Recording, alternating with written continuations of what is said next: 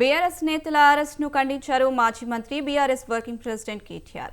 కాంగ్రెస్ ప్రభుత్వం అంబేద్కర్ను అవమానిస్తుందని ఆగ్రహం వ్యక్తం చేశారు. నిర్బంధిస్తున్నది బీఆర్ఎస్ నేతల్ని కాదని అంబేద్కర్ వాదాన్ని అని ఆయన మండిపడ్డారు. హైదరాబాద్లో అంబేద్కర్ అతిపెద్ద విగ్రహం ఉన్నా ప్రభుత్వం పట్టించుకోవడం లేదని ఆరోపించారు.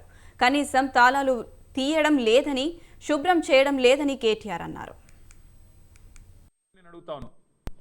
మీరు నిర్బంధిస్తున్నది, అణిచివేస్తున్నది మమ్మల్ని కాదు, భారత రాష్ట్ర సమితి నాయకులను కాదు, మిమ్మల్ని ప్రశ్నిస్తున్న వాళ్ళని కాదు.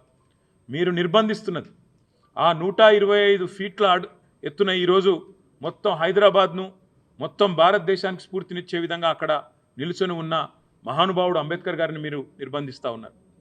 మీకు కోపం ఉంటే మా మీద ఉండవచ్చు, కేసీఆర్ గారి మీద ఉండవచ్చు, భారత రాష్ట్ర సమితి మీద ఉండొచ్చు, మా మీద అక్కసు ఉండొచ్చు. కానీ ఆ అక్కసును ఒక మహానుభావుడు ఏప్రిల్ 14 వారి జయంతి, డిసెంబర్ 6 అంబేద్కర్ గారి వర్ధంతి, మధ్యలో రాజ్యాంగ దినోత్సవం కూడా ఉన్నది. ఈ 3 సందర్భాల్లో కూడా బ్రహ్మాండంగా అక్కడ కార్యక్రమాలు చేయవచ్చు.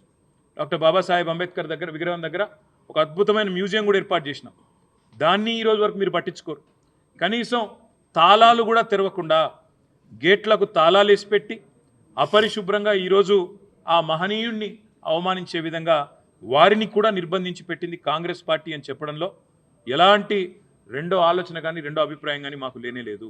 ఇవాళ మహానుభావుడి దగ్గరికి మేము పోతాము అంటే, ప్రజాస్వామికంగా నిరసన చెప్తాము అంటే, మా నాయకుల వ్యక్తిగత స్వేచ్ఛను, మా ప్రజాస్వామిక హక్కును కాలరాస్తున్న ప్రభుత్వానికి నిరసనగా మేము అక్కడికి పోతామంటే 300-400 మంది పోలీసులను పెట్టినారు కదా ముఖ్యమంత్రి గారు. నేను అడుగుతా ఉన్నా, ఆ 300-400 మంది పోలీసులకు మీరు పెట్టిన ఖర్చుతో ఆ ప్రాంగణం మొత్తం పరిశుభ్రం చేయరాదా? అక్కడ బ్రహ్మాండంగా ఈరోజు ఆ మహానుభావుడికి నివాళి అర్పించే కనీస సంస్కారం లేదా నీకు నీ ప్రభుత్వానికి కనీసం ఆ ఇంగితం కూడా లేదా? అందుకే ఈ రాష్ట్ర ప్రభుత్వాన్ని, రేవంత్ రెడ్డిని నేను అనేది ఒకటే, మీరు నిర్బంధిస్తున్నది, స్వేచ్ఛను హరిస్తున్నది మాది కాదు. డాక్టర్ బాబాసాహెబ్ అంబేద్కర్ భారతరత్న ఆయన సామాన్యుడు కాదు, ఒక అసామాన్యుడు. ఈరోజు ప్రపంచవ్యాప్తంగా విశ్వవిఖ్యాత మేధావుల్లో ఒకటిగా గుర్తించబడ్డవాడు. ప్రపంచంలోని గొప్ప విశ్వవిద్యాలయాలు, హార్వర్డు అలాంటి విశ్వవిద్యాలయాలు కూడా అంబేద్కర్ గారు